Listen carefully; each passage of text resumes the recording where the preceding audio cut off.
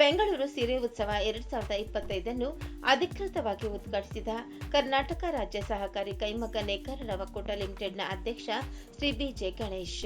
ಬೆಂಗಳೂರು ಸೀರೆ ಉತ್ಸವ 2025 ಶುಭ್ ಕನ್ವೆನ್ಷನ್ ಸೆಂಟರ್ನಲ್ಲಿ ಕರ್ನಾಟಕ ರಾಜ್ಯ ಸಹಕಾರಿ ಕೈಮಗ್ಗ ನೇಕಾರರ ಒಕ್ಕೂಟ ಲಿಮಿಟೆಡ್ನ ಅಧ್ಯಕ್ಷರಾದ ಶ್ರೀ ಬಿಜೆ ಗಣೇಶ್ ಅವರು ಅಧಿಕೃತವಾಗಿ ಉದ್ಘಾಟಿಸಿದರು. ನವದೆಹಲಿಯ ರಾಷ್ಟ್ರೀಯ ವಿನ್ಯಾಸ ಕೇಂದ್ರ ಎನ್ಡಿಸಿ, ಭಾರತ ಸರ್ಕಾರದ ಅಭಿವೃದ್ಧಿ ಆಯುಕ್ತರು ಮತ್ತು ಜವಳಿ ಸಚಿವಾಲಯದ ಸಹಯೋಗದೊಂದಿಗೆ ಆಯೋಜಿಸಲಾದ ಈ ವಾರದ ಉತ್ಸವವು ಭಾರತದ ಶ್ರೀಮಂತ ಕೈಮಗ್ಗ ಪರಂಪರೆಯನ್ನು ಸಂರಕ್ಷಿಸಲು ಮತ್ತು ಕುಶಲಕರ್ಮಿಗಳು ತಮ್ಮ ಕರಕುಶಲತೆಯನ್ನು ಪ್ರದರ್ಶಿಸಲು ವೇದಿಕೆಯನ್ನು ಒದಗಿಸಿದೆ.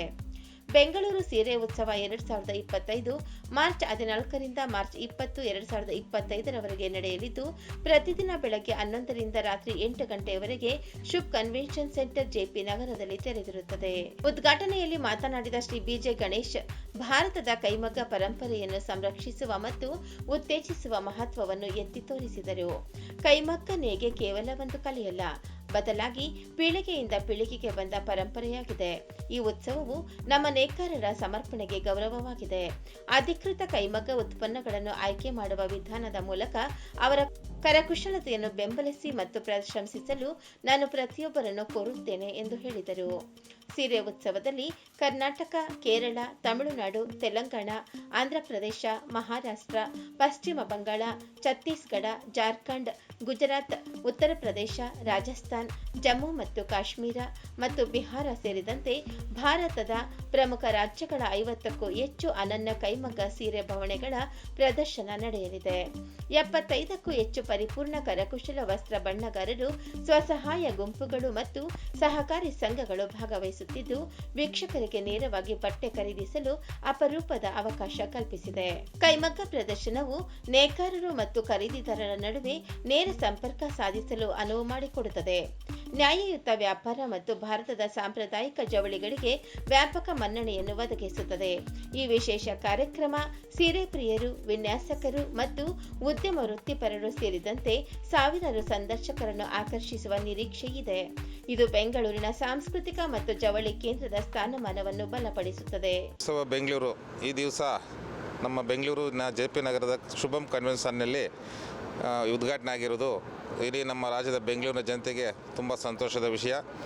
ಇದು ನಮ್ಮ ಭಾರತ ಸರ್ಕಾರ ನವದೆಹಲಿಯವರು ಈ ಕಾರ್ಯಕ್ರಮವನ್ನು ಆಯೋಜಿಸಿದ್ದಾರೆ ಮತ್ತು ಇದರಲ್ಲಿ ಕನ್ಯಾಕುಮಾರಿಯಿಂದ ಕಾಶ್ಮೀರವರೆಗೂ ಸುಮಾರು ಒಂದು 20ರಿಂದ 21 ರಾಜ್ಯದ ಎಲ್ಲ ನುರಿತ ನೇಕಾರರು ಇದರಲ್ಲಿ ಭಾಗವಹಿಸಿದ್ದಾರೆ ಮತ್ತು ಈಗಾಗಲೇ ಯುಗಾದಿ ಹಬ್ಬ ಹತ್ತಿರ ಇರೋದರಿಂದ ಅದರ ಪ್ರಾಯೋಜಿಕವಾಗಿ ಇದನ್ನು ಈ ಸ್ಟಾಲ್ ಹಾಕಿರೋದ್ರಿಂದ ನಮ್ಮ ಈ ಬೆಂಗಳೂರಿನ ಈ ಏರಿಯಾದಲ್ಲಿರೋ ಎಲ್ಲ ಸುತ್ತಮುತ್ತಲಿನ ಜನರು ಇದರಲ್ಲಿ ಭಾಗವಹಿಸಿ ಈ ಒಂದು ಸದುಪಯೋಗ ಪಡ್ಕೋಬೇಕು ಮತ್ತು ಇಲ್ಲಿರುವಂಥ ಎಲ್ಲ ಟೆಕ್ನಿಕಲ್ ಇಂದ ನುರಿತ ನೇಕಾರರಿಂದ ತಯಾರಿಸಿದಂಥ ಸೀರೆಗಳು ಎಲ್ಲ ರಾಜ್ಯಗಳು ಈ ಥರ ನೋಡೋಕ್ಕೆ ಸಾಧ್ಯ ಇಲ್ಲ. ಒಮ್ಮೊಮ್ಮೆ ಇಂಥ ಸ್ಟಾಲ್ ಬಂದಾಗ ಮಾತ್ರ ಇಂಥ ಅವಕಾಶ ಜನರಿಗೂ ಸಿಗುತ್ತೆ. ಇದರ ಉಪಯೋಗ ಪಡ್ಕೋಬೇಕು ಅಂತೇಳಿ ನಾನು ಈ ಮೂಲಕ ತಮ್ಮ ಮಾಧ್ಯಮದ ಮೂಲಕ ನಮ್ಮ ಎಲ್ಲ ಜನತೆಗೆ ತಿಳಿಯಪಡಿಸುತ್ತೇನೆ. ಇದು ನೇಕಾರರಿಗೆ ಅಂದರೆ ನಮ್ಮ ರಾಜ್ಯ ಸರ್ಕಾರದಿಂದ 20% ರಿಬೇಟ್ ಕೊಡ್ತಾ ಇದೆ. ಇದರಿಂದ ಭಾಳ ನೇಕಾರರಿಗೆ, ಸಹಕಾರ ಸಂಘಗಳಿಗೆ ಎಲ್ಲ ತುಂಬ ಅನುಕೂಲ ಆಗ್ತಾಯಿದೆ. ಈ ನಿಟ್ಟಿನಲ್ಲಿ ಅದನ್ನು ನಾವು 20ರಿಂದ 40 ಮಾಡಬೇಕು ಅನ್ನೋದು ನಮಗೀಗ ಬಜೆಟ್ ಪ್ರಸ್ತಾವನೆಯಲ್ಲಿ ಇತ್ತು. ಅದು ನಾವು ಭಾಳ ಒತ್ತಾಯಪೂರ್ವಕವಾಗಿ ತಂದ್ವಿ. ಯಾಕಂದರೆ ಖಾದಿ ಮತ್ತು ಗ್ರಾಮೋದ್ಯೋಗದಲ್ಲಿ ಈಗ ಅದಲ್ಲಿ 40% ಸಬ್ಸಿಡಿ ಕೊಡ್ತಾರಲ್ವ, ಅದೇ ಥರ ನಮಗೂ ಕೊಡಬೇಕಂತ ಬೇಡಿಕೆ ಇಟ್ಟಿದ್ದೀವಿ. ನಾವು ಅಟ್ಲೀಸ್ಟ್ 30 ಕೊಡೋ ಅಂಥ ಮುಂದಿನ ದಿನಗಳಲ್ಲಿ ಆಗುತ್ತೆ ಅನ್ನೋ ಭ್ರಮೆ ನನಗಿದೆ. ನಮ್ಮ ನೇಕಾರರಿಗೆ ನೇಕಾರ ಸನ್ಮಾನ ಯೋಜನೆ ಅಂತ ಒಂದು ಸ್ಕೀಮ್ ಇದೆ. ಪ್ರತಿ ನೇಕಾರರಿಗೂ ವರ್ಷಕ್ಕೆ 5,000 ರೂಪಾಯಿ ಫ್ರೀಯಾಗಿ ಅವ್ರ ಖಾತೆಗೆ ಹಾಕ್ತಾರೆ. ಇದು ಬಡ ನೇಕಾರರಿಗೆ ಇದರಿಂದ ತುಂಬ ಅನುಕೂಲ ಆಗ್ತಾಯಿದೆ. ವಿಮಾ ಯೋಜನೆಗಳಿದೆ, ಇನ್ಶೂರೆನ್ಸ್ ಇದೆ, ಆಮೇಲೆ ಭಾಳಷ್ಟು ಸ್ಕೀಮ್ಗಳಿದೆ. ರಾಜ್ಯ ಸರ್ಕಾರದಲ್ಲೂ ಇದೆ, ಕೇಂದ್ರ ಸರ್ಕಾರದಲ್ಲೂ ಇವೆ. ಅವೆಲ್ಲ ನಮ್ಮ ನೇಕಾರ ಅದನ್ನು ಉಪಯೋಗ ಪಡ್ಕೋಬೇಕೆಂದು ನಾನು ಈ ಮೂಲಕ ತಮ್ಮಲ್ಲಿ ತಿಳಿಸ್ತೀನಿ. ಸುಮಾರು ಅಂದರೆ ಒಂದು 70ರಿಂದ 80 ಸ್ಟಾಲ್ ಹಾಕಿದ್ದಾರೆ. ಈಗ ಈ ಸ್ಟಾಲುಗಳು ಭಾರತ ಸರ್ಕಾರ ಆಯೋಜನೆ ಮಾಡಿರೋದ್ರಿಂದ ಇದು ಯಾವುದು ಫ್ರೀ ಆಫ್ ಕಾಸ್ಟಲ್ಲಿ. ಬೇರೆ ಈಗ ನಾವು ಡೆಲ್ಲಿಗೆ ಹೋಗಿ ಒಂದು ಸ್ಟಾಲ್ ಆಗಬೇಕಂದ್ರೆ 15-20 ಸಾವಿರ 30 ಸಾವಿರ ದುಡ್ಡು ಖರ್ಚು ಮಾಡಬೇಕು ನಾವು. ಆ ಥರ ಏನು ಈ ಥರ ಇಲ್ಲ, ಎಲ್ಲ ಫ್ರೀ ಆಫ್ ಕಾಸ್ಟಲ್ಲೇ ನಮ್ಮ ಭಾರತ ಸರ್ಕಾರದವರು ಇವತ್ತು ಶುಭಂ ಕನ್ವೆನ್ಷನ್ ಹಾಲಲ್ಲಿ ಎಲ್ಲರಿಗೂ ಉಚಿತವಾಗಿ ಕೊಟ್ಟಿದ್ದಾರೆ.